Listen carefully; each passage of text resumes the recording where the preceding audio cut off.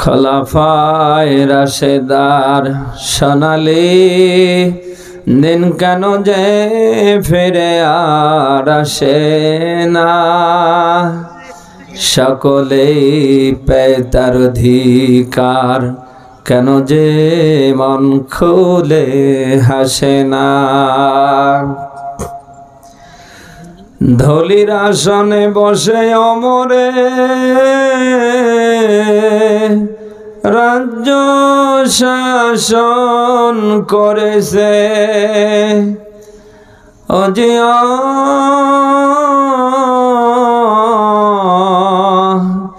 খলিফা ওমরের শাসনে কোন জীব না খেয়ে মরেছে। সেই ওমরের মতো কেউ ধরাতে আর কি কোনো দিন হবে না।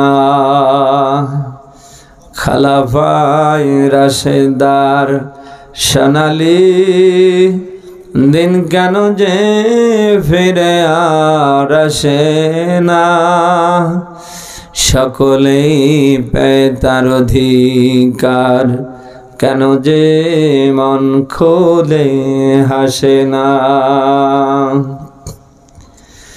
চারিদিকে শুনি শুধু হাহাকার, অন্যায় জুলুম অবিচার, এই জুলুমের অবসান কোনদিন কি আর হবে না। খলাফায়ে রাশেদার সোনালি দিন কেন যে ফিরে আর আসে না, সকলেই পেয়ে তার অধিকার, কেন যে মন খুলে হাসে না। আলহামদুলিল্লাহ, বাংলাদেশের ঐতিহ্যবাহী জেলা চাঁপাই পণ্ডিতপুর ঘোলাপুকুর যুব সমাজ কর্তৃক দ্বিতীয় বার্ষিক তাফসীর মাহফিলের স্বনামধন্য সভাপতি জনাব মাওলানা মোহাম্মদ এনামুল হক, পেশ ইমাম নাসুল কেন্দ্রীয় জামে মসজিদ, আতাল্লাহু আমরাহু ওয়া বারাকাল্লাহু ফি হায়াতি, বলেন আমিন। সহ সভাপতি মোহাম্মদ আবুল হোসেন, মহরিল, চাঁপাই নবাবগঞ্জ আইনজীবী অফিস, হায়াতে তাইয়্যিবা সেহাই কুল্লিয়া কামনা করছি আল্লাহ যেন দান করে, বলেন আমিন। প্রধান অতিথি বিশিষ্ট সমাজসেবক, শিক্ষানুরাগী জননেতা ডক্টর মোহাম্মদ মিজানুর রহমান, নায়েবে আমির বাংলাদেশ জামাত ইসলামী, মনোনীত এমপি পদপ্রার্থী চাঁপাই নবাবগঞ্জ 2। রফা'না লাকা যিকরাক, সম্মান মর্যাদা কামনা করছি আল্লাহ যেন সামনে আরো বাড়িয়ে দেন, বলেন আমিন। বিশেষ অতিথিবৃন্দের নাম এখানে অনেক, সবার জন্য দোয়া করছি। ওয়ারাফা'না লাকা যিকরাক, আল্লাহ সবার সম্মান মর্যাদা যেন বাড়িয়ে দেন, বলেন আমিন। মাগরিব থেকে অনেকে কথা রেখেছেন, বিশেষ করে কথা রাখলেন হাফেজ মাওলানা মোহাম্মদ মমিনুল ইসলাম, শিক্ষক দারুস সুন্নাহ মডেল মাদ্রাসা ও সদস্য জাতীয় মুফাসসির পরিষদ নওগাঁ জেলা। প্রিয় ভাইয়ের কণ্ঠকে যেন আল্লাহ সারা দেশের জন্য কবুল করে, যতটুকুন কথা বলেছে বাস্তব জীবনে যেন সবাই মিলে মানতে পারি, এরকম যোগ্যতা যেন আল্লাহ সবাইকে দান করে। প্রাণ প্রিয় চাঁপাইবাসী, সামনে বসা মুসলমান, পর্দার অন্তরালে অগণিত মা এবং বোন, কোরআন যারা শুনতে এসেছি খুশি হয়ে বলছি আলহামদুলিল্লাহ। কোরআনের এই অনুষ্ঠানে আসতে পেরে আমরা খুশি না বেজান? যে আল্লাহ দল মত নির্বিশেষে রাত প্রায় বাজছে 11টার কাছাকাছি, গভীর রাত পর্যন্ত কোরআনের জন্য বসিয়ে রাখলেন। আমরা সেই মহান মালিকের কাছে ফারিয়াদ করছি তিনি যেন কোরআনের জন্য আমাদের কবুল করে। প্রাণ প্রিয় চাঁপাইবাসী, এসেছি আল্লাহর কোরআন শুনতে।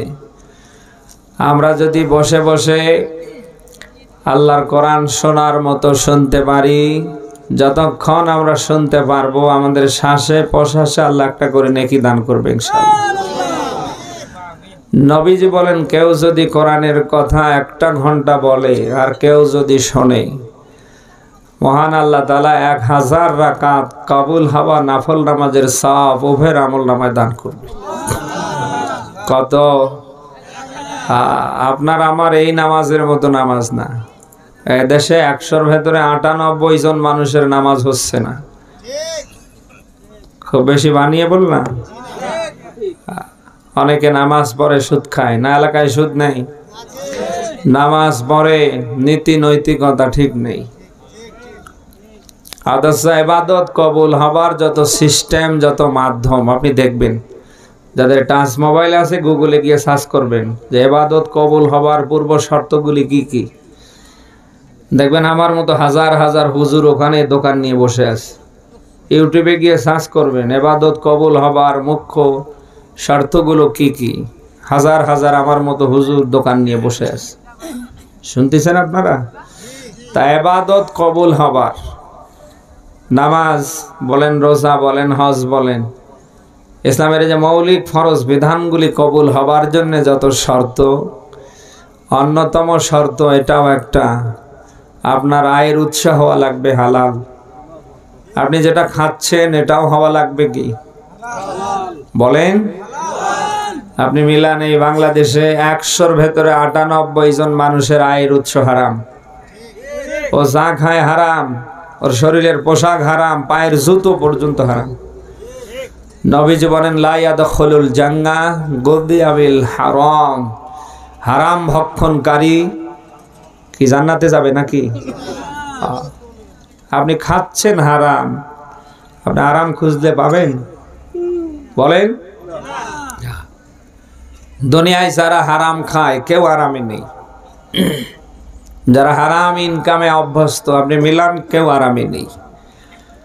এই জন্য মাহফিলগুলোতে আমি ফেরাই বলি, হারামের কি নেই বলেন? বলেন হারামের কি নেই? আপনি হয়তো দেখছেন ওর মোড়ে মোড়ে ফ্ল্যাট, ওর 100 বিঘা জমি, ব্যাংক ভর্তি টাকা, ওর এই সেই। আপনার দৃষ্টিতে শুধু এটা পড়ছে, আর কিছু পড়ে না। আপনি একটু ডাউল ভাত খেলে সারা রাত কোন দিকে কেটে যায় আপনি টের পান না। আর ওই লোকটা ঘুমাতে পারে? সারা রাত কাটা কবুতরের মতো ছটপট করতে করতে করতে করতে রাত শেষ করে। আপনি লোহা খেয়ে হজম করতে পারেন, আর ও সামান্য একটু ডাউল ভাত হজম করতে পারে না বলেন? 8টা 10টা ফ্রিজ, প্রত্যেকটা ফ্রিজে মাছ নতুবা মাংসে ভরা। ও শুধু দেখে, মানুষ এসে খেয়ে যায়, ও শুধু এরকম করে তাকিয়ে থাকে। এমন রোগ আল্লাহ ধরিয়ে দিয়েছে, ও খেলেই পড়বে আর মারা যাবে বলেন? এই জন্য হারামের কি নেই বলেন? জীবন চলে যেতে পারে, না খেয়ে মরে যাব, এরপরেও হারাম পন্থায় 1 টাকার জন্য হাত বাড়াবো না। কারা পারি দেখে লিল্লাহে তাকবীর। আপনি নিউজগুলো দেখতে পাচ্ছেন না? যারা রাতারাতি আঙ্গুল ফুলে কলা গাছ হয়েছে, যার বাবার 10 টাকা ছিল না, এখন সে হয়েছে 10 কোটি টাকার মালিক। যার বাবার 10 শতক জায়গা ছিল না, সে হয়েছে এখন 10-20 বিঘা জমির মালিক। আপনি কি এই নিউজগুলো পাচ্ছেন না? এত জমি জায়গা, টাকা পয়সা, এত কিছু থাকার পরে আপনি দেখেন ওর পরিবারে কোনো শান্তি নেই। ওর বউ চলছে ওর অবাধ্যতায়, বউ ওর আয়ত্তে নেই। ওর ছেলেমেয়েরা চলছে মন মতো, এক একজন হয়েছে নেশাখোর, বাবাখোর, কেউ হয়েছে গাঁজাখোর। আমি খুব বেশি বানালাম ভাই? অবৈধ পন্থায় যারা যেখান থেকে সম্পদের পাহাড় করেছে, আপনি লিখে রাখেন, টুডে অ্যান্ড টুমরো ও নিজেও ভোগ করতে পারবে না, ওর নেক্সট প্রজন্ম ভোগ করতে পারবে না। দুনিয়ার কোনো ভালো জায়গায় এগুলি ব্যয় হবে না, এগুলি ব্যয় হবে সব 2 নাম্বারি জায়গায়। এই জন্য জীবন চলে যেতে পারে, আমরা হারাম ভক্ষণ করব না, হারাম পন্থায় 1 টাকার ইনকাম করব না, পারবো না ইনশাল্লাহ। কে হাস্যকর না? আমরা মসজিদে গিয়ে আল্লাহর কাছে দোয়া করছি যে আল্লাহ আমার ছেলেকে হাসান হোসাইনের মতো বানাও। আরে ভাই, আপনার ছেলেকে খাওয়াচ্ছেন আপনি হারাম, হারাম খেয়ে এ কি হাসান হোসেনের মতো হয় বলেন? আজ মসজিদগুলিতে আপনি মিলান না কেন? সামনের কাতারে যারা আছে হাতে গোনা কয়েকটা বাদ দিয়ে সবগুলো হারামখোর নতুবা হারামজাদা। সারা বাংলাদেশে 4.5 লক্ষ থেকে 5 লক্ষ মসজিদ আছে। কত ভালো মানুষ থাকার পরেও সভাপতি করতে ওরে চায় না। এমন এমন মানুষের সভাপতি করা হয় যার যা আছে সব হারাম। বলে না কেন? আমার মনে হয় এ দেশে প্রথা একটা এরকমই হয়ে গিয়েছে, যার টাকা পয়সা আছে কোন ভাবে আছে অসুবিধা নেই, যার টাকা পয়সা আছে ওরে ধরে নিয়ে আসো আর সভাপতি বানাও। না, এ সাফাইতে মনে হয় নেই। আরে হারামখোর আর হারামজাদা গুলো মসজিদের বড় পদে থাকার কারণে মসজিদের ইমামরা খতিবরা হক কথা ওখানে বলতে পারে না। শুধু হারামখোর আর হারামজাদারা মসজিদের সর্বোচ্চ পদে থাকার কারণে। আমার মনে হয় 24 পরবর্তী বাংলাদেশে এই বৈষম্য আর রাখা যায় না। সব হারামখোর আর হারামজাদাদের ঘাড় ধাক্কা দিয়ে বের করে যোগ্যতা সম্পন্ন মানুষদেরকে ওই পদে নিয়োগ দেওয়ার দরকার। মসজিদ আল্লাহর ঘর না? এই বলেন, মসজিদ কার ঘর? তা আল্লাহর ঘরে তো আল্লাহর কথা হবে। কিন্তু আমরা এই হারামখোর আর হারামজাদাদের কারণে মসজিদে বলতে পারি না। এই রকম কোন অবৈধ টাকা পয়সার মালিক মসজিদ কমিটিতে থাকার যোগ্যতা রাখে? এমন মানুষকে আপনারা রেখেছেন ভাই, উজুর ফরজ পারে না, উনি গোসলের ফরজ পারে না। ফরজ গোসল কেমনে দিতে হয় ওনারে যদি ধরেন উনি স্টক করে পড়বে আর মারা যাবে। বলেন না কেন? ওনার মুখে নেই কোনো দাড়ি, দেখলে মনে হচ্ছে যে মানে কি আর বলবো, ঠিক মতো নামাজ পড়ে না, সেই হয়েছে মসজিদের সভাপতি। আর ওনার ডিরেকশনে এই বাংলাদেশে কিছু আলেম আছে উঠে আর বসে। সবাই যে তার কথা বলছি না, হাতে গোনা কিছু আলেম আছে আমরা তখন থেকে এখন পর্যন্ত দেখছি যারা সব সময় হারামখোর আর হারামজাদাদের পায়ে তেল দিতে ভালোবাসে। নেই এরকম নেই? ওনারা সভাপতির কথায় ওঠে আর বসে। কোন মসজিদের ইমাম খতিব কোন আলেম যদি কারোর এ ধরনের কমান্ড মানে ওর পেছনে কারোর নামাজ হয়? বলেন হয়? হয়। এই জন্য আলেম ভাই যারা আছেন ভাই, অনুরোধ করে বলছি, দুনিয়ার জীবনটা কিছু না, দেখতে দেখতে শেষ হয়ে যাবে। আজ আছেন কাল নেই। যে পদে যে মর্যাদায় আল্লাহ আপনাকে রেখেছে এই জায়গায় বসে কারোর দিকে তাকিয়ে কথা বলার দরকার নেই। আপনার কথা যেন হয় আল্লাহর দিকে তাকিয়ে। ইমামতি করা বড় কথা না, এই চেয়ারে বসে হক কথা বলতে পারছেন কিনা আল্লাহর দিকে তাকিয়ে এটা বড় কথা। 1.5 দশক অনেক আলেমদের মুখে আমরা শুনেছি দেশকাল দিনকাল ভালো না, কি বলি না বলি কি থেকে কি হয়ে যায়। আমরাও সেই সময় এতটুকুন সমর্থন দিয়েছিলাম যে না ঠিক আছে। হাসিনা তো এখন নেই, বা হাসিনার ওই পোশাক কুত্তাগুলো তো এখন আর নেই। বলে না কেন? হাসিনার পতন হবার পরে দেখেছেন কোন পুলিশের গাড়ি কোন মসজিদের গেটে থাকতে? আমার বাস্তব জীবনের অভিজ্ঞতা বলছে। সবচেয়ে একটা বাস টার্মিনাল বড় মসজিদে আমি জমা দিতাম, প্রত্যেকটা জমায় 2-3টা করে পুলিশের গাড়ি এসে গেটে থাকতো। মানুষ ভয়ে মসজিদে আসতো না।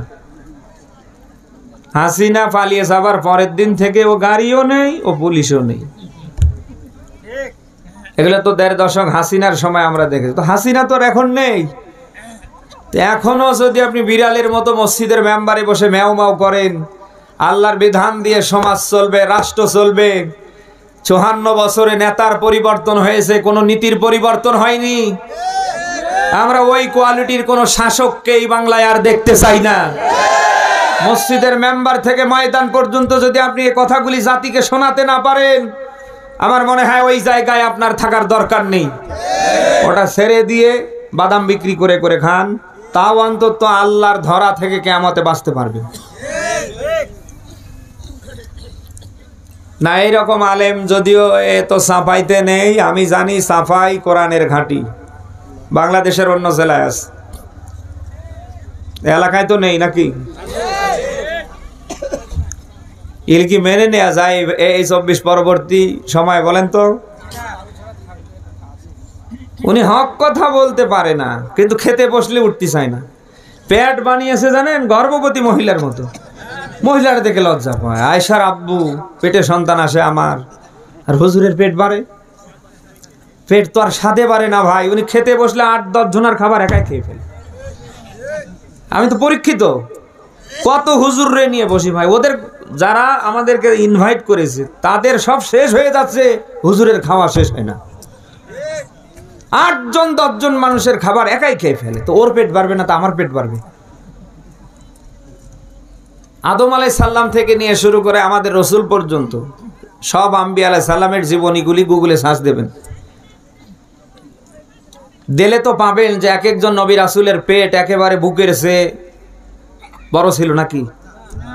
প্রত্যেকটা নবী এবং রসুলের পেটগুলো ছিল বুকের সাথে কি? আরো জোরে বলেন, বুকের সাথে।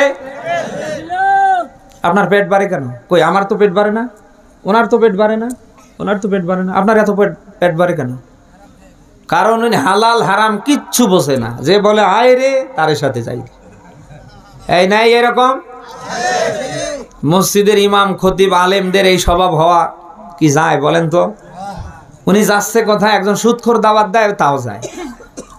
জুমায় নামাজ পড়তে আসে না, উনিও দাওয়াত দেয়, উনি লেজ বাঁকা করে ওখানেও যায়। আর সমাজের এই অধপতন আলেমদের কারণে। আগামীকাল থেকে মসজিদের মেম্বারে প্রত্যেকটা আলেম যদি আল্লাহর দিকে তাকিয়ে হক কথাগুলি বলা শুরু করে, আগামীর এই সমাজ, এই রাষ্ট্রের পরিবর্তন শতভাগ আসবে ইনশাআল্লাহ। কিন্তু আমরাই তো ঝামেলা, অলরেডি আমরা বিক্রি হয়ে, মানে অনেকে বিক্রি পর্যন্ত হয়ে গিয়েছে। আমরাই ঝামেলা ভাই। দুনিয়ার সব জালিমরা এক ভাষায় কথা বললেও আমরা আলেমরা এখন পর্যন্ত এক ভাষায় কথা বলতে পারিনি। বলেন, আলেমে আলেমে বিভেদ এখন, জালিমে জালিমে দোস্তি, পথের ঠিকানা জানা নেই কারো, কে কোথায় পাবে স্বস্তি, কে কোথায় পাবে স্বস্তি। দুনিয়ার সব জালিমরা এক ভাষায় কথা বলে, তারা এক টেবিলে বসতে পারে, ওর বিড়ি টেনে নিয়ে খেতে পারে, কিন্তু দুইজন আলেম এক জায়গায় বসলে পরে কিছুক্ষণের ভেতরে যেন জিহাদ শুরু হয়ে যায়।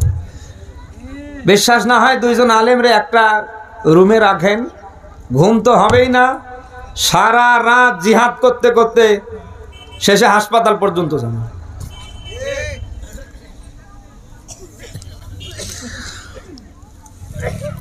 প্রাণ বিরসা পায় বাসে।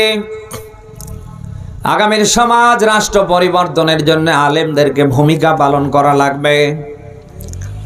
কিন্তু কি দেখতে পাচ্ছি, মাথা মোটা কিছু আলেমরা অলরেডি বাতিলের টাকার কাছে বিক্রি হয়ে গিয়েছে।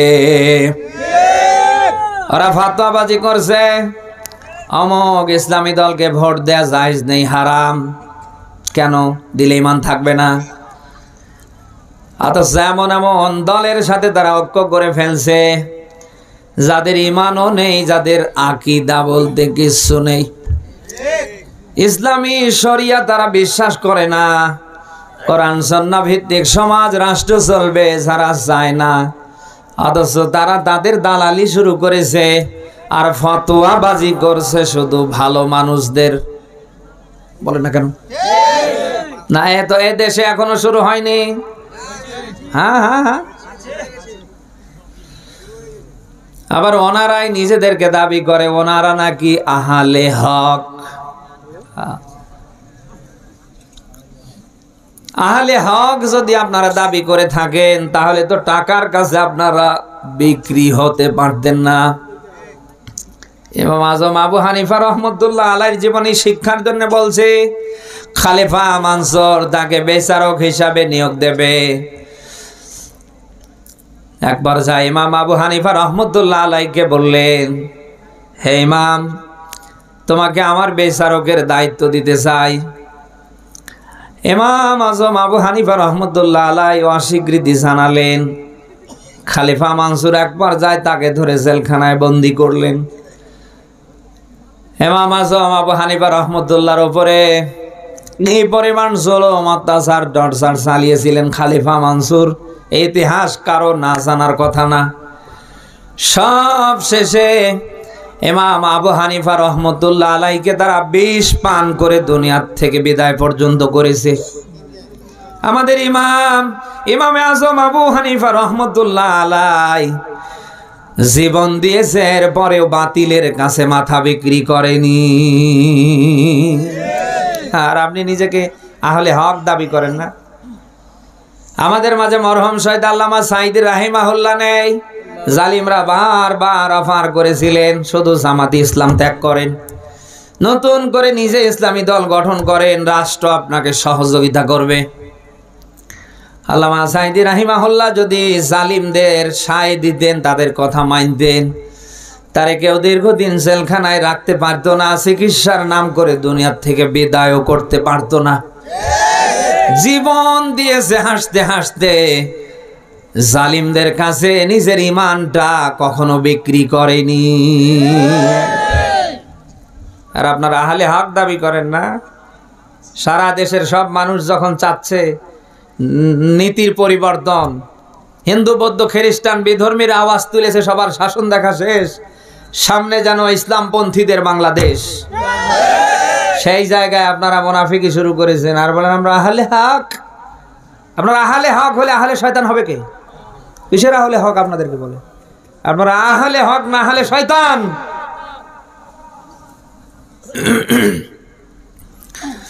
আপনাদের শিক্ষার জন্য বলছে, বিশ্বনবী মুহাম্মদ রাসূলুল্লাহকে ওই সময় যখন মক্কার কাফের মুশরিকরা অফার করলেন, হে মুহাম্মদ, তোমাকে মক্কার সবচেয়ে বড় বাড়ি দেয়া হবে, সুন্দরী নারী দেয়া হবে, এমনকি ক্ষমতার চেয়ারও দেয়া হবে, শর্ত একটা, দিনের বর্ষার থেকে তোমাকে ফিরে থাকা লাগবে। রাসূল তো রাজি হয়েছিলেন।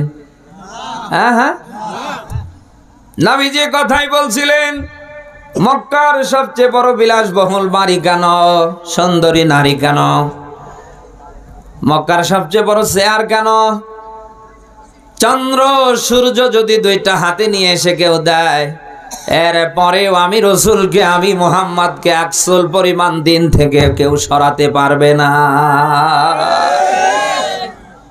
অথচ সামান্য আপনি কয়েকটা সিটের আশায়, হ্যাঁ, আপনি তাদের সাথে জোট করলেন, তাদের পক্ষে সাফাই গাচ্ছেন, আর ফতোয়াবাজি, আপনি মনে হচ্ছে ফতোয়ার ডিলার হয়েছে। জামাতে ইসলামকে ভোট দেওয়া যাবে না কেন? ওদের ঈমান আকীদা ঠিক নেই।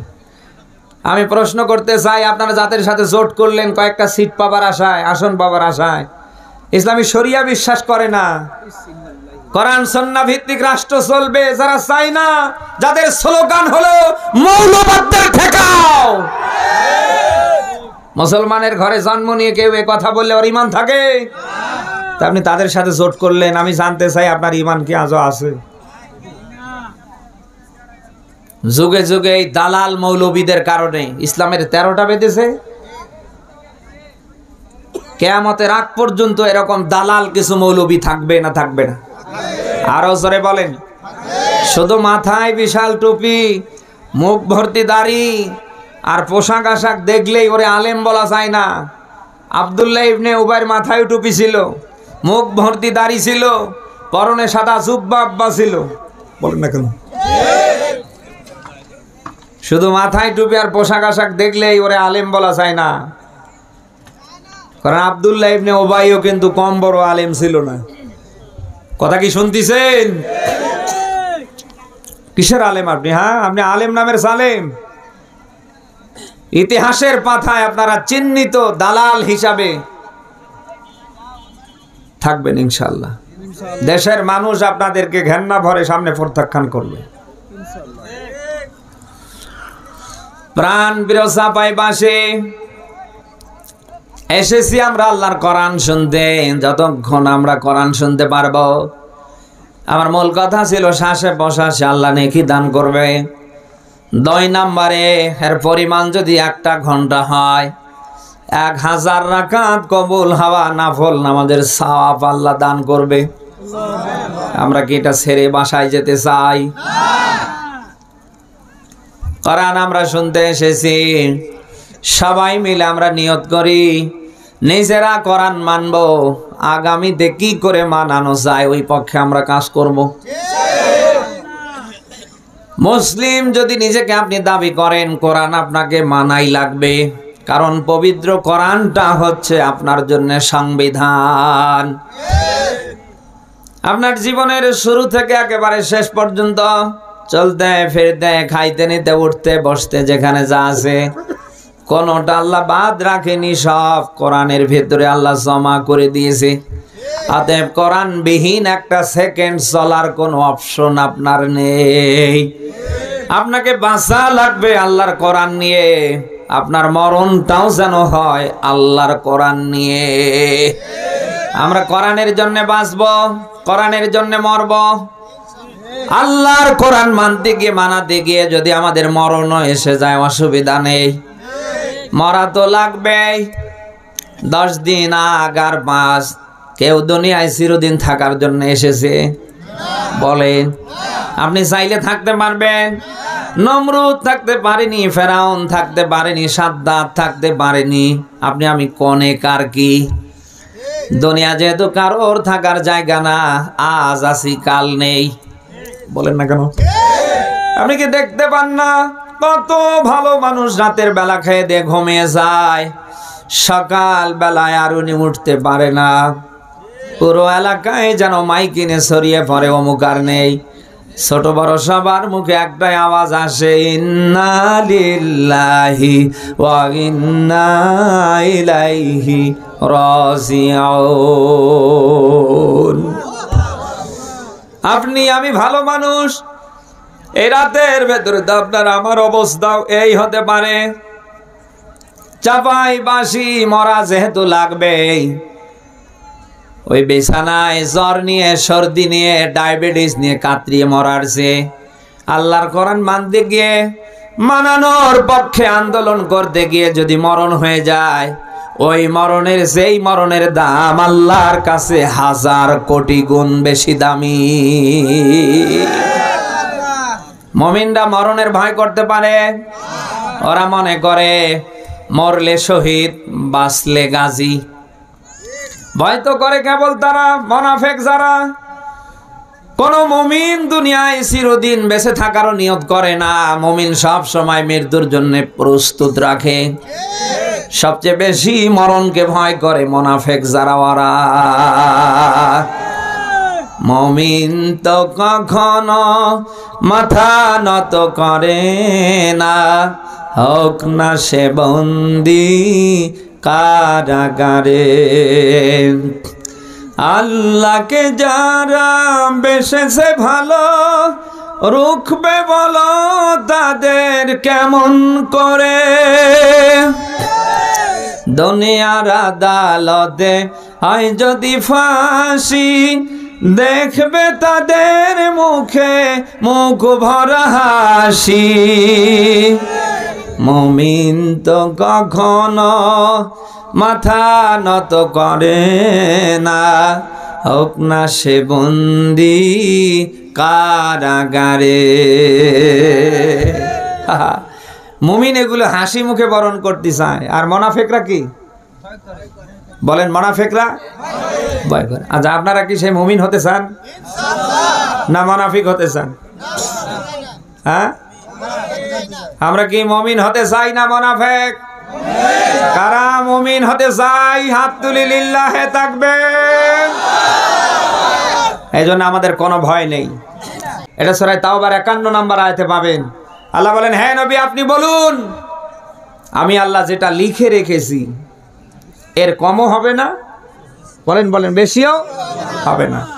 আমার মরণ যদি রাজপথে থাকে, আমার মরণ যদি আপনার হাতে থাকে, পৃথিবীর কেউ ঠেকাতে পারে?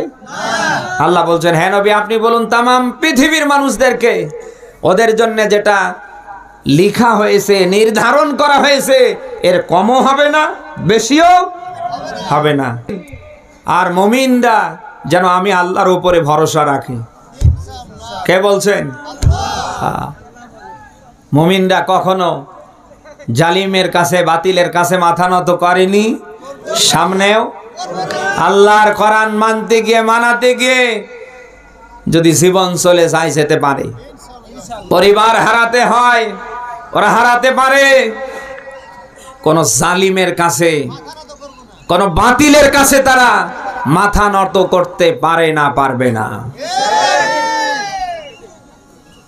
আমরা কি বিড়ালের মতো বাঁচতে চাই না সিংহের মতো? এই জন্য আছে যা কপালে হবে তা সকালে। কিসের ভয়, কিসের ভীতি? 54 বছরে সবার শাসন দেখা শেষ, সামনে আল্লাহর কোরআনের বাংলাদেশ। আমরা দেখতে চাই না? আল্লামা সাইদ রাহিমাহুল্লাহর সারা জীবনের স্বপ্ন ছিল দেশটা যেন আল্লাহর কোরআন দিয়ে চলে। তো চলার মতো পরিবেশ আল্লাহ তৈরি করে দিয়েছে অলরেডি, কিন্তু আজ উনি নেই। আমার মনে হয় মরহুম শহীদ আল্লামা সাইদ রাহিমাহুল্লাহর সারা জীবনের ছাওয়া আমরা সামনে দেখতে পারবো ইনশাআল্লাহ। টেকনাফ থেকে তেতুলিয়া, রূপসা থেকে বাথুরিয়া, সুন্দরবন থেকে বান্দরবন, বাংলাদেশের এমন কোন জায়গা বাদ নেই সেখানে এখন মানুষের মুখে এই আওয়াজ না উঠিস। বলেন বলেন, বানিয়ে বলছি। সবাই চায় আগামীর বাংলায় যেন আল্লাহর কোরআন দিয়ে কি হয়, দেশ শাসন হয়। দেখতে চাই না ভাই? চর্ম চোখে দেখতে চাই আল্লাহর কোরআন দিয়ে আগামীতে দেশটা চললে কেমন দেখা যায়। চাপাই বাসি এই জন্য বসে বসে সুবহানাল্লাহ, আলহামদুলিল্লাহ, আল্লাহু আকবারের জিকির মসজিদের কোনায় বসে দিলে হবে না। আপনাকে এই জন্যে ময়দানে কর্মী হয়ে কাজ করা লাগবে। আপনাদের শিক্ষার জন্য বলছি, কেউ বিয়ে করেনি, প্রতিনিয়ত তাহাজ্জুদে বলে আল্লাহ আমার একটা ছেলে দিও। ওর তো ছেলে হবে। তাহাজ্জুদে ও যদি ডাকতে ডাকতে মরেও যায়, এরপরেও তো আব্বু ডাক শোনা সম্ভব নয়, কারণ আব্বা ডাক শুনতে গেলে বিয়ের দরকার আছে না নেই? ঠিক একই ভাবে আপনার শিক্ষার জন্য বলছি, আগামীর এই বাংলাদেশ কোরআন সুন্নাহ ভিত্তিক চলবে। শুধু আপনি চাইলেই হবে না, মসজিদের কোণে বসে আল্লাহর কাছে হাত তুলে কাঁদলে হবে না, আপনাকে ময়দানে কর্মী হয়ে কাজ করা লাগবে। মনে রাখবেন, আল্লাহ ফিরি ফিরি কিছু দেন না, বরং বান্দা যেটা চায়, চেষ্টা করে, আল্লাহ ওটাই দিয়ে ফেলে। সূরা নাজমের 39 নম্বর আয়াতে পাবেন, আল্লাহ পাক বলেন ওয়াল্লাইসা লিল ইনসানি ইল্লা মা সাআ। বলেন আল্লাহু আকবার। আল্লাহ বলেন মানুষ যা চায়, যা চেষ্টা করে তাই সে পেয়ে যায়। কে বলছেন? ঘরের কোণে বসে শুধু দোয়া করলে আগামীর এই বাংলাদেশ কোরআন দিয়ে শাসিত হবে না। কোরআনের পক্ষের মানুষগুলি পার্লামেন্টে কোরআন বুকে নিয়ে যাবে না। এই জন্য ময়দানে আপনাকে সাহসিকতা নিয়ে আমির হামজার ভূমিকা পালন করা লাগবে। পালন করতে গিয়ে যদি আপনার মরণ হয়ে যায়, অসুবিধা নেই। সামনে এমন একটা পরীক্ষার মুখোমুখি আমাদের হওয়া লাগতে পারে। বাবার সাথে ছেলের সম্পর্ক ছিন্ন হতে পারে, সন্তানের সামনে বাবা লাশ হয়ে পড়ে যেতে পারে, ভাইয়ের সামনে ভাই লাশ হয়ে পড়ে যেতে পারে। তার কিছুটা আলামত অলরেডি আমরা দেখতেও পাচ্ছি। বলেন না কেন? হাসিনা পালিয়ে যাবার পরের দিন থেকেই বাংলাদেশে এখন যেন হয়েছে প্রতিহিংসার রাজনীতি। কেউ যেন কাউরে সহ্যই করতে পারছে না। গতকালকে পাবনার যে পরিবেশ সারা পৃথিবীবাসী দেখেছে, কি অপরাধ ছিল ওই আসনের ইসলামী আন্দোলনের নমিনির। তার গাড়ি বহরে হামলা করা হয়েছে, গাড়িগুলো ভাঙচুর করা হয়েছে, 50 জনেরও অধিক মানুষকে আহত করে ক্ষত বিক্ষত করে মাটির সাথে ফেলে দেয়া হয়েছে। কি অপরাধ ছিল তাদের? গণতান্ত্রিক দেশ, স্বাধীনতা আপনার যতটুকুন অন্যদেরও ততটুকুন। এটা স্বাধীন দেশ, আপনার যতটুকু অধিকার আমার কি ততটুকু নেই? আপনি আপনার মতো রাজনীতি করতে পারলে মাথায় টুপি মুখে দাড়ি পোশাক আশাক নিয়ে আমি কেন ইসলামী রাজনীতি করতে পারবো না? আমারে বলেন বলেন। এজন্য সামনে এমন একটা পরিবেশ আসছে, সক্ষম ভাবে যদি মোকাবিলা করতে না পারি, ১.৫ দশক হাসিনা যেভাবে ৪ দেয়ালের মাঝখানে আমাদের বন্দী করে রেখেছিল, আমরা যদি সক্ষম ভাবে মোকাবিলা করতে না পারি, যোগ্য মানুষকে বেছে নিতে না পারি, হয়তো এমন কেউ সামনে ক্ষমতার চেয়ারে বসে যাবে, ১৭ দুগুণা ৩৪ বছর আমাদের আয়না ঘরে থাকা লাগবে। আমরা কি চাই ওই হাসিনার মতো আবার কেউ এসে ওই রকম শাসন শুরু করুক? বলেন। এই জন্য আপনাকে সিদ্ধান্ত নেওয়া লাগবে। আমার নেতা সব মানুষ হতে পারে না, আমি সবার নেতৃত্ব মানতে পারি না, আমি কেবল ওই মানুষের নেতৃত্ব মানতে পারি, ওই নেতারে মানতে পারি যে নেতা একদিকে মসজিদের ইমাম, অপর দিকে হবে রাষ্ট্রীয় ইমাম।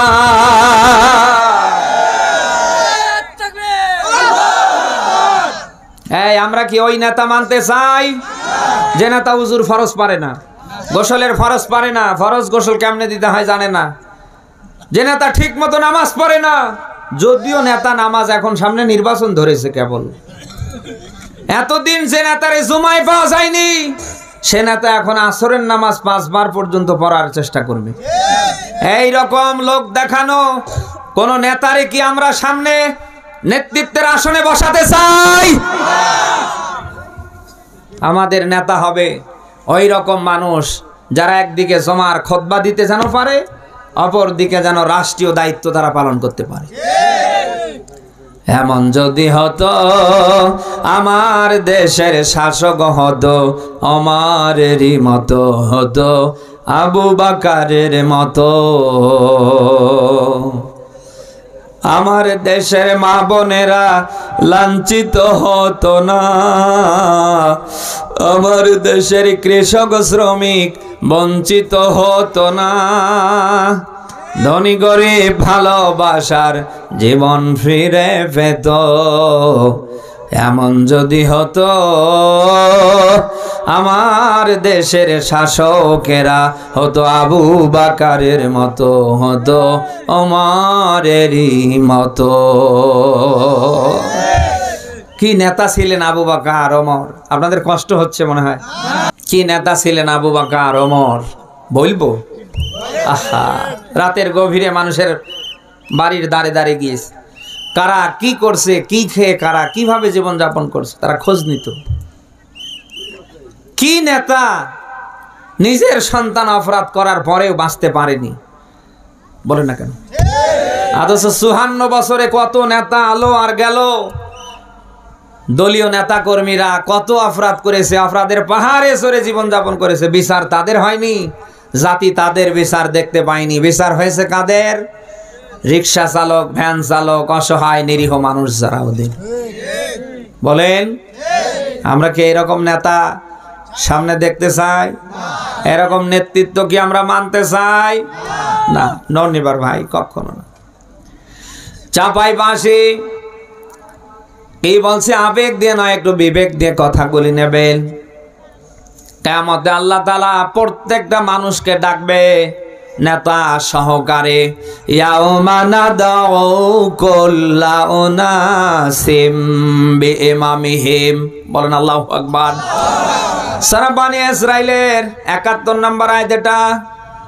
আল্লাহ পাক বলেন কিয়ামতে প্রত্যেকটা মানুষকে ডাকা হবে নেতা সহকারে। নেতা যদি সেই দিন ভালো হয়, নেতার কর্মীরাও নেতার সাথে জান্নাতে যাবে।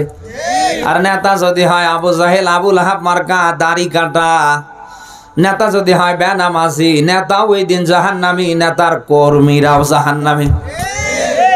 এই যে ভাই, এই যে হুজুর নাকি, এই বসেন।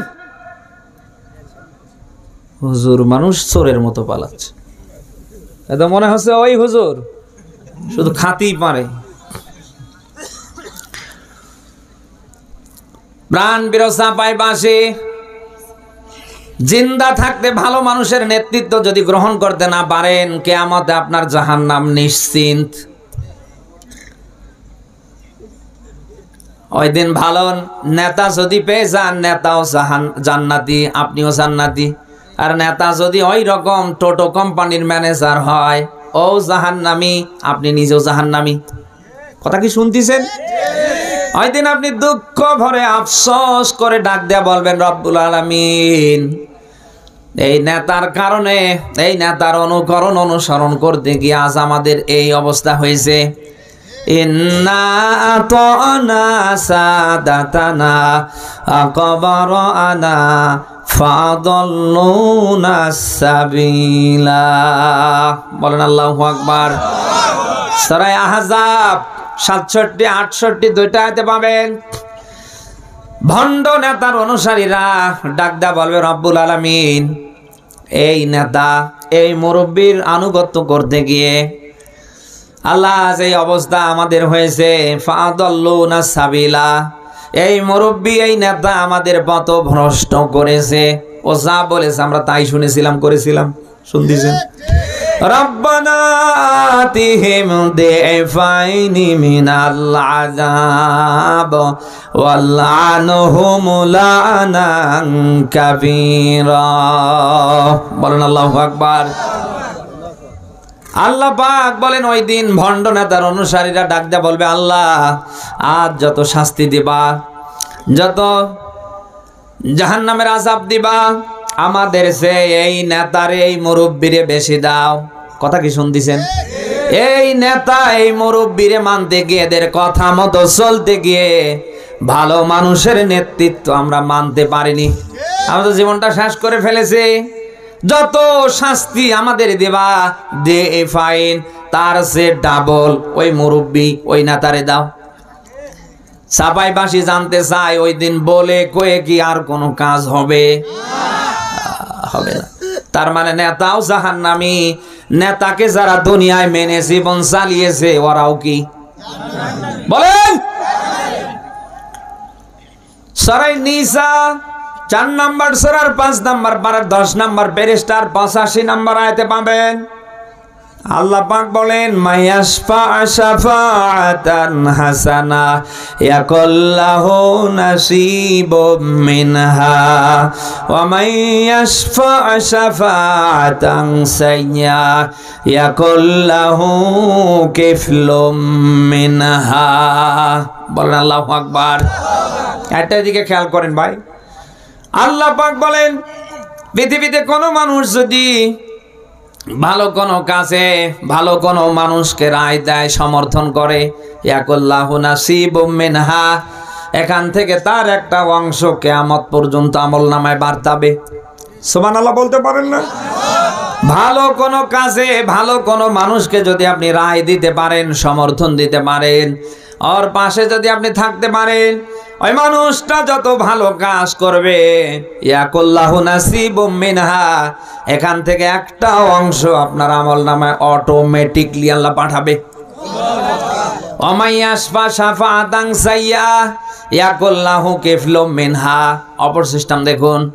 আল্লাহ পাক বলেন, কেউ যদি খারাপ কোনো কাজে রায় দেয় বা খারাপ কোনো মানুষকে সমর্থন দেয়, ওই লোকটা যত আকাম কুকাম করবে, ইয়াকুল্লাহু কিফলুম মিনহা, ওখান থেকে খারাপের একটা অংশ ওর আমলনামায় বাড়তাবে। কি বুঝলেন আপনি? ভালো কোনো মানুষকে যদি আপনি রায় দেন, আগামীতে সমর্থন দেন, আল্লাহ না করুক ওই লোকটা যদি ক্ষমতায় বসার পরে আকাম কুকামদের, দশকের জালিমদের মতো শুরু করে দেয়, আপনি না করেও কিন্তু ওর ভাগের একটা অংশ ঘানি হিসাবে টানবেন। বলেন। এই জন্য নবীজি বলেন, কিয়ামতে অনেক মানুষ আমল নামা নিয়ে পাগল হয়ে যাবে, ওরা হতাশায় ভুগবে। ডাকতে বলবে, রব্বুল আলামিন, আমি তো দুনিয়ায় নামাজি ছিলাম, রোজাদার ছিলাম, আমি তো হজ উমরা করেছিলাম, আল্লাহ এই যে দেখছি আমল নামা অন্যায় অপরাধে ভরা, আমি তো এগুলি জীবনে করিনি। কে আমার আমল নামা দেখেছি আজ উল্টে গিয়েছে। আল্লাহ ডাক দিয়ে বলবে, বান্দা, দুনিয়ায় তুমি নামাজি ছিলে, রোজাদার ছিলে, তুমি হাজি ছিলে, তুমি উমরাকারী ছিলে, তুমিও যেমন জানো আমি আল্লাহ জানি। কিন্তু এমন এমন মানুষকে এমন এমন কাজে তুমি রায় দিয়েছো, সমর্থন দিয়েছো। তোমার রায় সমর্থন পাবার পরে ওরা তো আর বসেছিল না, ওরা লাভ দিয়ে চেয়ারে বসার সাথে সাথে মদের আইন পাশ করেছিল। ওরা হাজার হাজার অন্যায় অপরাধে জড়িয়েছিল। নিজের দেশের টাকা সব ওরা কানাডায়, কেউ সাহেব পাড়ার বেগম পাড়ায় পরিণত করেছিল।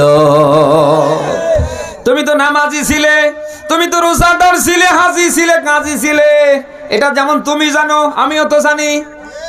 শুধু আজ আমল নামা উল্টা পাল্টা অপরাধে ভরে যাবার পিছনে একটাই কারণ, তোমার রায় সমর্থন ভালো জায়গায় ভালো মানুষের পক্ষে ছিল না, উল্টো দিকে ছিল খারাপ কাজের, খারাপ মানুষের পক্ষে। চাপাই বাসি সিদ্ধান্ত নেবার পালা আপনার, বলার দায়িত্ব আমার। আমি বলে গেলাম, এখন আপনি কি করবেন সেটা আপনার ব্যাপার। মনে রাখবেন, দুনিয়ায় যা করবেন কিয়ামতে আল্লাহ কিন্তু তাই দেখাবে। বলেন বলেন। সূরা মুদ্দাসসিরের 38 নম্বর আয়াতে পাবেন, আল্লাহ পাক বলেন কুল্লু নাফসিম বিমা কাসাবাত রহিনা। এখানে আলেম যারা আছেন তারা বুঝবেন, এই যে র হা ইয়া নুন, রহিন, রহিন মানে আটকা পড়া, রহিন মানে ধরা খাওয়া। আল্লাহ বলেন কিয়ামতে প্রত্যেকটা মানুষ আটকা পড়বে, ধরা খাবে তার কর্মের কারণে। কিসের কারণে? আরো জোরে বলেন। দুনিয়ায় যেমন কর্ম আপনি করবেন কিয়ামতে কিন্তু আল্লাহ আপনাকে তেমন প্রতিফলই দেবে। কথা কি শুনতেছেন আপনি? দুনিয়ায় যার সাথে যার যেমন সম্পর্ক হবে কিয়ামতে তার সাথে তার হাসরের ব্যবস্থা করবে। কে কে কে? বুখারীর হাদিস বলছে, নবীজি বলেন মান তাশাব্বাহা বিকাউমিন ফাহুয়া মিনহুম। দুনিয়ায় যার সাথে যার সম্পর্ক হবে কিয়ামতে তার সাথে তার হাসর হবে। আপনি কি চান না ভালো কোনো মানুষের সাথে আপনার সম্পর্ক হোক? এই চান না? চান না? যা করছেন আশা করছি চিন্তা ভাবনা করে করবেন, কারণ আপনি যা করছেন কেউ না দেখলে দেখে কে? কেউ না ধরলে একজন ধরবে, তিনি। আরো জোরে। ঘরের জানলা দরজা লাইট বন্ধ করতে পারেন, ঘর অন্ধকার করে যা করবেন কেউ জানে না, কে জানে? আলাম ইয়া আলাম বি আন্নাল্লাহা ইয়ারা। বলেন আল্লাহু আকবার। সূরা আলাকের 14 নম্বর আয়াতে পাবেন, আল্লাহ পাক বলেন ও বান্দা তোমরা যা করো আমি আল্লাহ দেখি। কে বলে? আল্লাহ বলেন তোমরা কি জানো না আমি দেখি? আমাদের দিনেরটা রাতেরটা প্রকাশ্যে অপ্রকাশ্যে যেটা যেখানে হচ্ছে কে দেখে? সবার চোখ ফাঁকি দেয়া যায়, আল্লাহর চোখ ফাঁকি দেয়া? বলেন। আদে কালকে থেকে আল্লাহর ভয়ে আপনার বদ বাকি সময়টা যেন অন্তত পার হয়, যে আমারে কেউ দেখছে না, শুধু তো আল্লাহ দেখছে। সবাই আমারে ছেড়ে দিলে আল্লাহ যদি ওই দিন আটকিয়ে দেয় আমার বাঁচার কোনো উপায়? কিয়ামতটা এমন একটা ময়দান হবে, আদম নবী থেকে নিয়ে শুরু করে বিশ্ব নবী মুহাম্মদ রাসূলুল্লাহ পর্যন্ত যত নবী যত রাসূল এসেছে, একেবারে আদম নবী থেকে ঈসা রুহুল্লাহ পর্যন্ত সব নবীরা নিজেরাই নিজের টেনশনে ব্যস্ত থাকবে। পাওয়ারফুল নবী হযরত মুসা নবীর মতো নবী, ইব্রাহিম নবীর মতো নবী, দাউদ নবীর মতো নবী, ঈসা রুহুল্লাহর মতো পাওয়ারফুল নবীরা নিজের টেনশনে ব্যস্ত থাকবে। কথা কি শুনতেছেন? সেই জায়গায় আপনার আমার কি অবস্থা হবে একটা আবার কি টের পাচ্ছেন? অতএব যা করছেন একটু ঠান্ডা মাথায় চিন্তা ভাবনা করে করেন। কারোর হিসাব কেউ দেবে না, প্রত্যেকের হিসাব প্রত্যেককেই দেয়া লাগবে। আমার হিসাব আমার নেতা দেবে না, আমার হিসাব আমার কর্মীরা দেবে না, আমার হিসাব আমার স্ত্রী দেবে না, ছেলে মেয়ে দেবে না। আমার হিসাব যেন শুধু আমারই দেয়া লাগবে। বলেন বলেন বলেন। কেউ কারোর হিসাব দেবে? সূরা মারিয়ামের 95 নম্বর আয়াতে আপনি এই কথাগুলি পাবেন। আল্লাহ বলেন অকুল্লুহুম আতিহি ইয়াউমাল কিয়ামাতি ফারদা। আল্লাহ বলেন প্রত্যেকটা মানুষ কিয়ামতে উপস্থিত হবে, আমার সামনে দাঁড়িয়ে যাবে। এই যে ফারদ আলিফ ফারদা, পৃথক পৃথক, আলাদা আলাদা। আমার হিসাব উনি দেবে না, ওনার হিসাব আমি দেব না। নেতার হিসাব কর্মী দেবে না, কর্মীর হিসাব নেতা দেবে না। প্রত্যেকের হিসাব আল্লাহর আদালতে দাঁড়িয়ে প্রত্যেককেই দেয়া লাগবে। কিসের ধান্দায় কি করছেন, কি নিয়ে যেতে পারবেন, কি দেবে সমাজের মানুষ আপনারে বলেন তো? এই মুহূর্তে চোখ দুইটা যদি বন্ধ হয়ে যায়, আপনার জীবনের শেষ সম্বল হবে সাদা কয়েক টুকরো কাপড়, এছাড়া আর বেশি কিছু যাবে? বিলাস বহুল দামি দামি বাড়ি গাড়ি পরে থাকবে, ব্যাংকের লকারে টাকা পরে থাকবে, আপনার নামি দামি খাট পরে থাকবে, পোশাক পরে থাকবে, একটাও দোষাবে না। শুধু বাজারের কয়েক টাকা দামের সাদা কাপড় নিয়ে যাবেন। সামান্য ক্ষণস্থায়ী দুনিয়ায় আপনার করার কথা কি আর আপনি করছেন কি? একবার চিন্তা ভাবনা করেন তো, কি হবে আপনার আমার? করার কথা কি আর আমরা করছি কি? কত মানুষ এখানে আমরা বসে আছি, ঠিক মতো এশারের নামাজটাও আমরা পড়ে আসিনি। অনেক আমরা নিয়ত করে ফেলেছি, হুজুর সারা রাত চালান, অসুবিধা নেই, ফজর পড়বো না। না, এরকম মানুষ দেশে কম না বেশি? আমাদের ভেতরে যেন প্রতিযোগিতাই শুরু হয়ে গিয়েছে, কাক ঠকে কে সামনে বড় লোক হওয়া যায়। এই প্রতিযোগিতায় চলছে না? জরিপে কি দেখতে পাই, যার যত হয় তার যেন তত আকাঙ্ক্ষা বাড়ে। শুধু আপনারা বলে কথা না, আমি হুজুর ওর ভেতরে আসি না নেই। যখন আমার 10 লাখ টাকা ছিল না, এখন 10 লাখ টাকা হয়েছে। এখন আমার ধান্দা কি করে 10 কোটি টাকার মালিক সামনে হওয়া যায়। বানি আদমের পেট পৃথিবীর কোনো সম্পদে কখনো ভরবে না। বানি আদমের পেট ভরবে তখন ও কবরে যাবে যখন। কবরের মাটি ছাড়া বানি আদমের পেট কখনো ভরে? বলেন বলেন, ভরে? হাতে যা করছেন চিন্তা ভাবনা করে করেন, কি হবে আপনার? বিশ্বনবী মুহাম্মদ রাসূলুল্লাহ তার আহলে বায়াতদেরকে কথাগুলি বলছিলেন, তোমরা আমার উপরে ভর করে থাকো না, কিয়ামতে আমি তোমাদের বাঁচাতে পারবো না। এই মেয়ে ফাতেমা, কিয়ামতে যদি আল্লাহর আদালত থেকে বাঁচতে চাও, গুরুত্ব দিয়ে বেশি বেশি করে ভালো কাজ করে নাও। এটা বুখারীর হাদিস। বিশ্বনবী মুহাম্মদ রাসূলুল্লাহ যদি তার আহলে বায়াতদের ব্যাপারে, তার মেয়ে ফাতেমার ব্যাপারে এমন কথা বলতে পারে, আমাদের নামাজ নেই, কালাম নেই, আল্লাহ নাই, রসুল নেই, আখেরাত পরকাল কিচ্ছু নেই, শুধু আছে কি করে কাক ঠকে 2 টাকা পকেটে ঢুকানো যায়। কি হবে বলেন তো? এই পৃথিবীতে পাওয়ারফুল 10 জন সাহাবী জিন্দা থাকতে জান্নাতের সার্টিফিকেট পেয়েছিলেন, এই ইতিহাস কে না জানে? জান্নাতের সার্টিফিকেট জিন্দা থাকতে যারা পেয়ে যায় তাদের কোনো ভয় আছে? কোনো টেনশন থাকার কথা? এরপরে এই সাহাবীরা রাতের বেলা ঘুমাতে পারেনি, প্রায় নবীজি ছদ্মবেশে এই সাহাবীদের বাড়িগুলি ভিজিট করতেন। নবীজি প্রায় এসে দেখতেন আবু বকর নামাজে দাঁড়িয়ে আছে, দাঁড়িয়েই আছে, যেন মনে হচ্ছিল যে রুকুতে যাবে না। নবীজি ওমরের বাড়িতে গিয়ে ছদ্মবেশে গোপনে দেখতেন, শরীরে যত শক্তি আছে আওয়াজ বের করে করে যেন আল্লাহর কোরআন পড়ে পড়ে রাত কাটাতেন। সব সাহাবীরাই যেন রাতের বেলা ঘুম হারাম করে জাগিয়ে জাগিয়ে কেউ নামাজে, কেউ কোরআন তেলাতে কাটিয়েছে।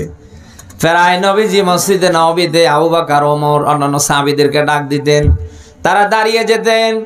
নবীজি ডাক দিয়ে বলতেন, আবু বকর, ওমর, কি গত রাত্রি গেলাম তোমাদের বাড়ি ভিজিট করার জন্য ছদ্মবেশে, গিয়ে দেখি আবু বকর তুমি নামাজে দাঁড়িয়ে আছো। আমি অনেকক্ষণ দাঁড়িয়ে দেখলাম, ওই যে দাঁড়িয়ে আছো, মনে হচ্ছিল যে তুমি আর রুকুতে যাবে না। আমি ওমরের বাড়ির কাছাকাছি তখন এত জোরে জোরে ওমরের কণ্ঠে আল্লাহর কোরআন শুনতে পেলাম, আমি কাছে গিয়ে নিজের কান আর স্থির রাখতে পারলাম না। হে ওমর, তুমি তো আস্তেও কোরআন পড়তে পারো, এত চিল্লাই চিল্লাই কোরআন পড়ছিলে কেন? ওমর ডাক দিয়ে কথাই বলছিলেন যেন, হে রাসূল, আপনার জবানে আমি শুনেছি কোরআনের আওয়াজ যত দূর যাবে অন্তত শয়তান ওর আশেপাশে থাকবে না। 2 নম্বরে চিল্লাই আমি কোরআন রাতে এই জন্যই পড়ি আমার পরিবারে যারা আছে ওরাও যেন সারা রাত ইবাদতে কাটাতে পারে।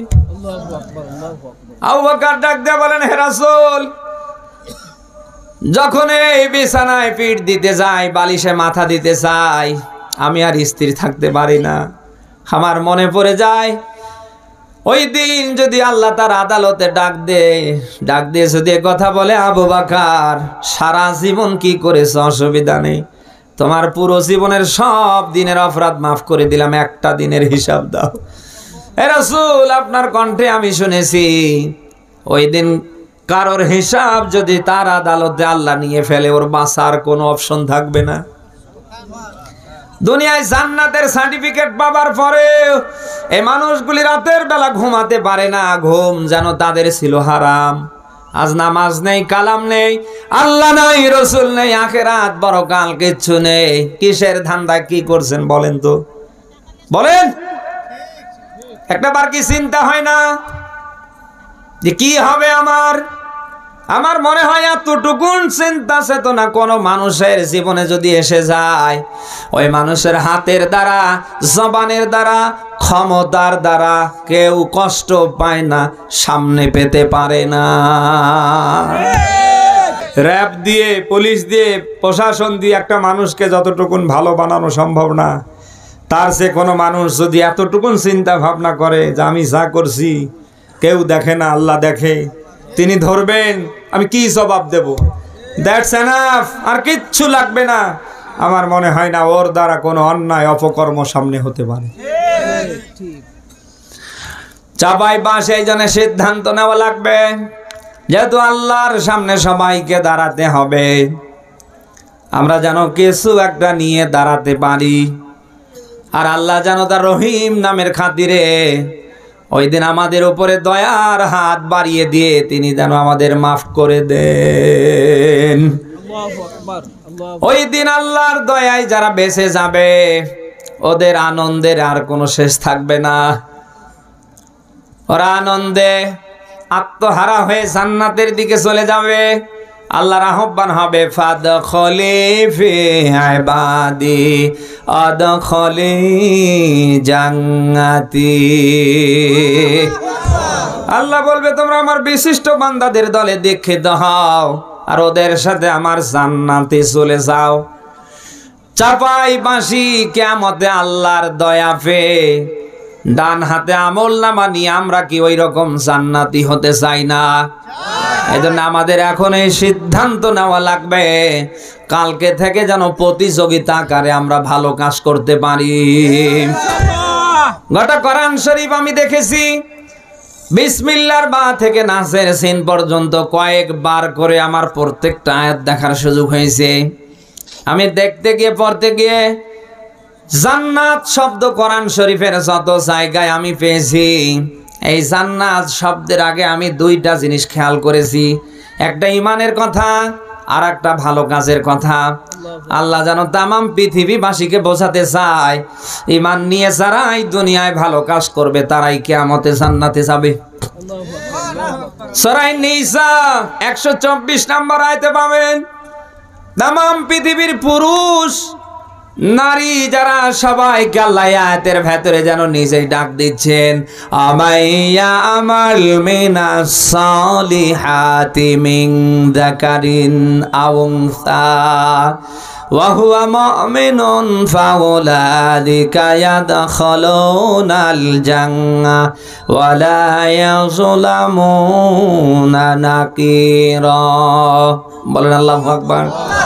আয়াতটার দিকে খেয়াল করেন, আল্লাহ বলেন পুরুষ হোক আর নারী হোক, যারা এই দুনিয়ায় ঈমান নিয়ে ভালো কাজ করবে অতঃপর তাদেরকেই জান্নাতে প্রবেশ করানো হবে। কে বলছেন? আল্লাহ। আরো জোরে বলেন আল্লাহ। সাফাই মাসি যদি জান্নাতে যাবার আশা থাকে, আপনাকেই বলছি কালকে থেকে যত বেশি পারেন বেশি বেশি করে ভালো কাজ করেন, ইনশাআল্লাহ। এই করা যাবে না ইনশাআল্লাহ। আমরা সিদ্ধান্ত নিই আমরা নিজেরাও ভালো কাজ করব, আমাদের অধীনে যারা আছে তারাও যেন করতে পারে, ওই পক্ষে আমরা কাজ করব। একা একা ভালো কাজ করে জান্নাতে যাবেন আদৌ সম্ভব না। একা একা বাঁচার নাম কখনো ইসলাম না। আপনি নিজে বাঁচবেন, অপরকে বাঁচাবেন, নিজে ভালো কাজ করবেন, অপর দিকে অন্যকে করাবেন, এর নাম ইসলাম। এর নাম। আপনি যদি মনে করেন যে না, কে কি করে করুক গা, লা ইলাহা ইল্লাল্লাহ, আল্লাহর কসম কোরআনের মাহফিলে বলছি, কিয়ামতে আপনি বাঁচতে পারবেন না। আপনাকে বিভিন্ন ভাবে মানুষ ঘিরে ধরে রাখবে, ডাক দেয়া বলবে রব্বুল আলামিন এই লোকটা একা একাই মসজিদে কি নামাজ আদায় করেছে, এই লোকটা একা একাই কোরআনের আন্দোলন করেছে, এই লোকটা একা একা ইসলাম প্রতিষ্ঠার পক্ষে কাজ করেছে, ও কোনো দিন আমাদের ডাকেনি। আল্লাহ যদি আমাদের দায়িত্ব নিয়ে ডাকতো, 10 দিন ডাকলে হয়তো একদিন আমরা ডাকে সাড়া দিতে পারতাম। ও আমাদের ডাকেনি, ও একা একা মসজিদে গিয়ে নামাজ আদায় করেছে, একা একা ইসলামী আন্দোলন করেছে, একা একা কোরআনের সমাজ রাষ্ট্র কায়েমের পক্ষে হাত রেখেছে। ওর কারণে আজ আমাদের এই অবস্থা। আল্লাহ ওদেরকে আজ দেখিয়ে দাও, তাহতা আকদামিনা লিয়াকুনা মিনাল আসফালিন, আজ জোড়া পায়ের লাথি দিয়ে ওদেরকে সহ আমরা জাহান্নামে যেতে চাই। এই কথা কি আপনি শুনতেছেন ভাই? হ্যাঁ, একা একা বাঁচার নাম ইসলাম। আরো জোরে, একা একা বাঁচার নাম ইসলাম। আজ অনেক মানুষকে আমরা দেখতে পাই, উনি জুমার দিনে 12টার সময় মসজিদে গিয়ে বসে থাকে, অথচ ওনার ছেলেরা বিড়ি টেনে বেড়ায় না। এরকম হাজি সাহেব এলাকায় নেই, উনি 12টায় মসজিদে যায়, অথচ ওনার ছেলে মেয়ের নামাজের কোনো খবর। উনি তাহাজ্জুদ সহ পড়ে, অথচ ওনার বউ এক ওয়াক্ত নামাজ পড়ে না, ওনার বউ পর্দা করে না, ওনার পরিবার ইসলাম মানে না, ওনার আপন ভাই ইসলামের ঘর বিরোধী। নেই এরকম ভাই? তা আপনার তাহাজ্জুদে, আপনার এশরাকে আওয়াবিনে ওই 12টার সময় জুমার দিনে মসজিদে গিয়ে বসে জিকির করায় কোনো লাভ হবে? যদি লাভবান হতে চান, আপনাকে বলছি, নিজে ভালো কাজ যেমন করবেন, অন্যরা যেন করতে পারে ওই পক্ষে হাত রাখবেন। নিজে বাঁচবেন, অন্যরা কি করে বাঁচে ওই পক্ষে কাজ করবেন। পারবেন না ইনশাআল্লাহ?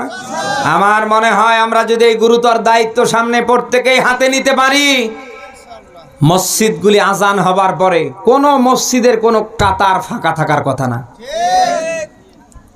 আজকে মসজিদগুলি দেখেন কত সুন্দর করে আমরা বানিয়ে ফেলছি, কিন্তু খেয়াল করলেই দেখা যায় মুসল্লি নেই।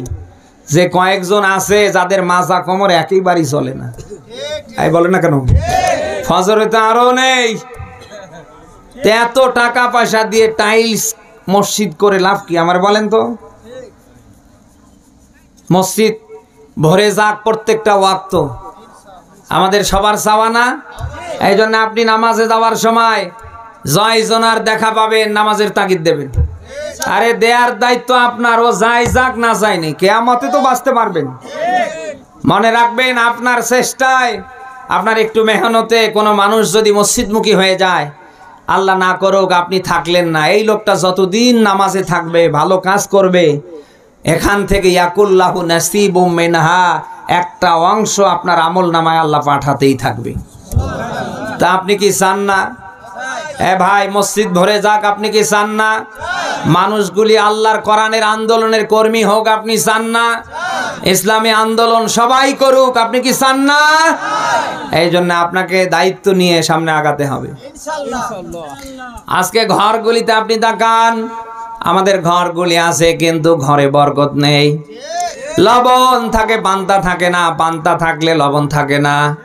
এরকম ঘর 100-র ভেতরে 98টা। ঘরগুলি আজ বরকত শূন্য হয়ে যাবার পেছনে যত কারণ, অন্যতম একটা কারণ বলছি, আজ আমাদের ঘরগুলিতে যদি নিয়মিত রুকু থাকতো, সেজদা থাকতো, আল্লাহর কোরআনে কারিমের তেলাওয়াত অব্যাহত থাকতো, আমাদের ঘরগুলি এরকম হবার কথা ছিল না। প্রত্যেকটা ঘর আল্লাহর রহমতে ভরে যেত। নবীজি বলেন, তোমরা ফরজ নামাজগুলি গিয়ে মসজিদে আদায় করবা, আর বাদ বাকি নামাজগুলো তোমরা ঘরের পরিবেশে পড়বা। যে ঘরে রুকু হবে, সাজদা হবে, নামাজের ভেতরে কোরআনের তেলাওয়াত হবে, নবীজি বলেন ওটার ঘর থাকে না, ওটা যেন রহমতের কামরা হয়ে যায়। এই আমলটা কি কালকে থেকে আমরা করতে পারি না ভাই? ফরজগুলি মসজিদে গিয়ে পড়বো, আর বাদ বাকি নামাজ সব এসে বাসায় পড়বো, পারবো না ইনশাল্লাহ? আজকে অধিকাংশ মা বোনরা দেখেন মাহফিলে আপনাদের তুলনায় আরো অনেক বেশি এসেছে। শুধু এখানে না, সারা বাংলাদেশে একই অবস্থা। চিত্র যেন হাসিনার পতনের পরে যেন পাল্টি গিয়েছে। পুরুষ যদি হয় 500, ওরা হয় 1000, 1000 হলে পুরুষ, ওরা হয় 2000। কিন্তু মাহফিলে এসে লাভ কি বলেন তো? অধিকাংশ মা বোনদের আপনি খোঁজ নেন, নামাজ কালাম পর্দা পশিদা ঠিক মতো করে না। কত মা বোন এসেছে আপনি খোঁজ নেন, অধিকাংশগুলোই ওই কাতারে পড়ে যাবে যে সারে নামাজটা পর্যন্ত পড়ে আসেনি। কোন পরিবারে যদি নারী ভালো হয়, মায়েরা বোনেরা ভালো হয়, ওই পরিবার কি খারাপ থাকতে পারে? বলেন। মা বোন যারা এসেছে ওরা যদি কালকে থেকে সিদ্ধান্ত নেয়, আমি একজন মুসলিমের মেয়ে, আমার স্বামী একজন মুসলিম, আমি একজন মুসলিম নারী, আমি আল্লাহর ফরজ বিধান আর ছেড়ে দিব না, আমি নিজে আল্লাহর বিধান মানবো, আমার সন্তান সন্ততি আমার স্বামী যারা আছে সবাই মানবে। আপনি বলেন, প্রত্যেকটা মা যদি কালকে থেকে গুরুতর দায়িত্ব নিয়ে সামনের দিকে আগাতে থাকে, আমার সন্তান নামাজ পড়বে, এরপরে দুপুরের খানা খাবে। বলেন, কোন মায়ের সন্তান কি এক ওয়াক্ত নামাজ ছেড়ে দিয়ে থাকতে পারে? কোন মা বোন যদি কালকে থেকে সিদ্ধান্ত নেয়, আমার স্ত্রী নামাজ না পড়লে ওরে আর আমার সাথে ঘুমাতে দেব না। কোন পুরুষ মানুষ আছে, কোন স্বামী আছে, ও নামাজ ছেড়ে দিয়ে থাকতে পারে? কিন্তু আমার দেশের মারা তো ভিন্ন, ওরা তো নিজেরাই করে না। নামাজ নেই, কালাম নেই, আল্লাহ নাই, রসুল নেই, আখিরাত পরকাল কিচ্ছু নেই, শুধু আছে টাচ মোবাইলে 8-10টা করে টিকটক আইডি। বলে না কেন? না, এ সাফাইতে তো নেই। প্রত্যেকটা মা বোনের কাছে যে আপনি খোঁজ নেন, প্রত্যেকের কাছে এরকম টাচ মোবাইল পাবেন, আর এক একজন খুলে বসেছে 8টা-10টা করে টিকটক আইডি। আশা করছি মা বোন যারা এসেছেন, আপনি একজন মা, আপনার মতো মায়ের সন্তান আমিও। মায়েরা পারে নাকি আমারে বলেন তো? পৃথিবীতে সন্তান সন্ততিরা সবচেয়ে বেশি দেখে দেখে শিক্ষা পায় মায়ের কাছ থেকে। এই জন্যই তো দেখি মা যদি ভালো হয়, ছেলেমেয়েরা মাস্ট বি ভালো হয়, আর মা যদি ওই মমতাজ মার্কা হয়, ওর ছেলেমেয়েরা ওই ডিপজল মার্কাই হবে। এই বলে না কেন? কারণ ফ্যাক্টরি ভালো হলে মাল ভালো হয় না, হয় না? আর ফ্যাক্টরি যদি 2 নাম্বার হয়, আজকে মা বোনরা কি করছেন আপনি কি দেখতে পাচ্ছেন না? পুরো যুব সমাজ যেন নেশা পানিতে ভরে গেছে। আপনি আপনার সন্তানকে যদি ওই নেশার হাত থেকে, গাঁজার হাত থেকে, বাবার হাত থেকে, অপকর্মের হাত থেকে ফেরাতে চান, আপনাকে অনুরোধ করে বলছি, কালকে থেকে সন্তানের জীবনে আল্লাহর ইসলাম তুলে দেন, নিজে ইসলামের ফরজ বিধান মানেন। আপনার সন্তানরা কি করে মানে, ওই পক্ষে তাগিদ দেন। আশা করা যায় সন্তানকে আল্লাহ নেশা পানির হাত থেকে, অপকর্মের রাস্তা থেকে আল্লাহ ফিরিয়ে রাখবে ইনশাআল্লাহ। সকলের সুস্বাস্থ্য দীর্ঘায়ু কামনা করে এখানে শেষ করছি। মোনাজাত হবে এখনই, মোনাজাত করে দেই। হ্যাঁ, আল্লাহুম্মা আমিন। রাব্বানা আতিনা ফিদ দুনিয়া হাসানা ওয়া ফিল আখিরাতি হাসানাতা ওয়া কিনা আযাবান্নার। রাব্বানা যালামনা আনফুসানা ওয়া ইল্লাম তাগফির লানা ওয়া তারহামনা লানাকুনান্না মিনাল খাসিরিন। রব্বুল আলামিন। আল্লাহ সাফাই নবাবগঞ্জ আল্লাহ তাআলা জেলার পণ্ডিতপুর ঘোলাপুকুর যুব সমাজ কর্তৃক আয়োজিত দ্বিতীয় বার্ষিকী তাফসির মাহফিলের আল্লাহ সমাপনী মুহূর্তে রাত প্রায় 12:15 পার হতে চলছে গো আল্লাহ। মাগরিব থেকে নিয়ে এখন পর্যন্ত আমরা যারা কথা বললাম আর শুনলাম, বাস্তব জীবনে তুমি মানবার আমলের তৌফিক দাও। জীবনভর অনেক গুনাহ করেছি আল্লাহ, আমাদের গুনার দিকে না তাকায় তোমার রহমতের দিকে তাকায়, মাফ করে দাও। জাহান্নামের আগুন আমাদের জন্য হারাম করে দাও। দুনিয়ার সামান্য সিনারি ঠান্ডা গরম আমরা সহ্য করতে পারি না। আমাদের অপরাধের কারণে জাহান্নামের আগুনে যদি জ্বালাও, জাহান্নামের আগুন আমরা সহ্য করতে পারবো না। আল্লাহ দয়া করে জাহান্নামের আগুন আমাদের হারাম করে দাও রব্বুল আলামিন। মা বাপ হারিয়ে যারা আমিন আমিন করেছি, প্রত্যেকের আদরের মা বাপকে আল্লাহ তুমি মাফ করে দাও।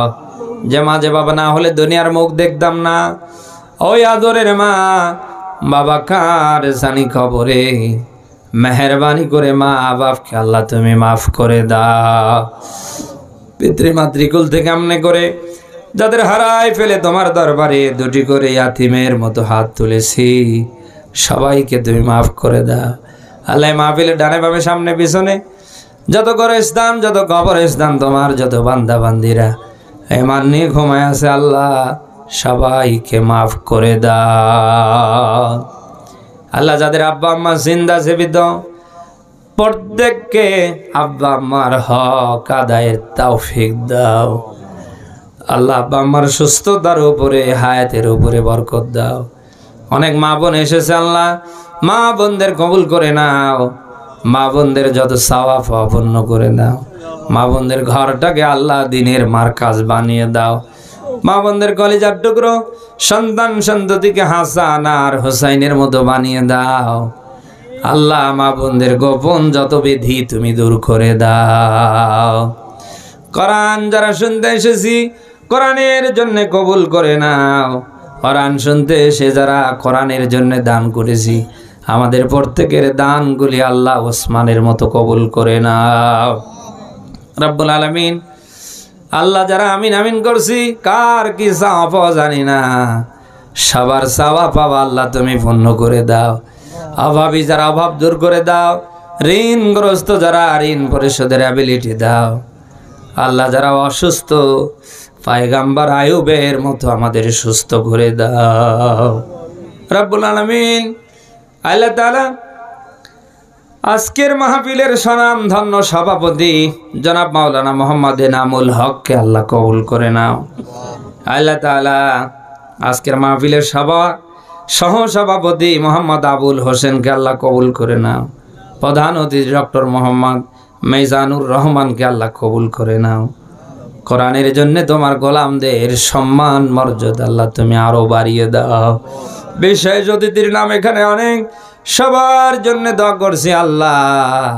কোরআনের জন্য সবাইকে তুমি আমিরে হামজা বানিয়ে দাও রব্বুল আলামিন।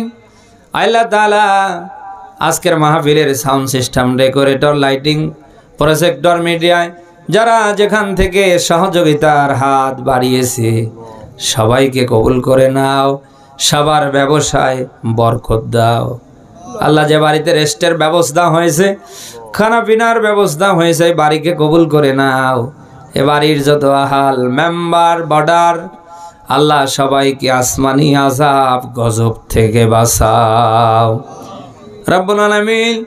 মাহফিলের আয়োজক যারা অক্লান্ত পরিশ্রম করে কোরআনের এই বাগান যারা সাজিয়েছে, আল্লাহ সবাইকে কোরআনের জন্য তুমি আল্লাহ কবুল করে নাও। আল্লাহ এদের সম্মান মর্যাদা কোরআনের জন্যে পুরো এলাকা, পুরো সমাজে আল্লাহ তুমি উঁচু করে দাও। এ মাহফিল যেন কিয়ামত পর্যন্ত চলমান থাকতে পারে। পুরো এলাকাবাসীকে দল মত নির্বিশেষে কোরআনের জন্য কবুল করে নাও আল্লাহ। সবশেষে তোমার কাছে ফারিয়াদ, 56,000 বর্গ মাইলের এই দেশটাকে কোরআনের জন্য কবুল করে নাও। 54 বছরে মানুষের তৈরি করা শাসন আমরা দেখেছি, সামনে তোমার কোরআনের শাসন আমরা দেখতে চাই। একটাবার আমাদের দেখাও তোমার কোরআন দিয়ে 56,000 বর্গ মাইলের এই দেশটা চললে কেমন দেখা যায় রব্বুল আলামিন। সকল ষড়যন্ত্রের হাত থেকে দেশটাকে বাঁচাও। ভারতের সকল ষড়যন্ত্র নস্যাৎ করে দাও। আওয়ামী সন্ত্রাসীদের সকল ষড়যন্ত্র আল্লাহ ব্যর্থ করে দাও আল্লাহ। এই দেশে হানাহানি, কাটাকাটি, মারামারি সব বন্ধ করে সবাইকে এক হয়ে আল্লাহ দেশের পক্ষে, মানবতার কল্যাণে কাজ করার জন্য আমাদের সবাইকে এক করে দাও রব্বানা তাকাব্বাল মিন্না ইন্নাকা আনতাস সামিউল আলিম ওয়া তুব আলাইনা ইন্নাকা আনতাত তাওয়াবুর রহিম। যেই দিন মালাকুল মাউত আজরাইল আমাদের সামনে আসবে, আমাদের প্রত্যেকের জবানে জারি করে দিয়েন লা ইলাহা ইল্লাল্লাহু মুহাম্মাদুর রাসূলুল্লাহ।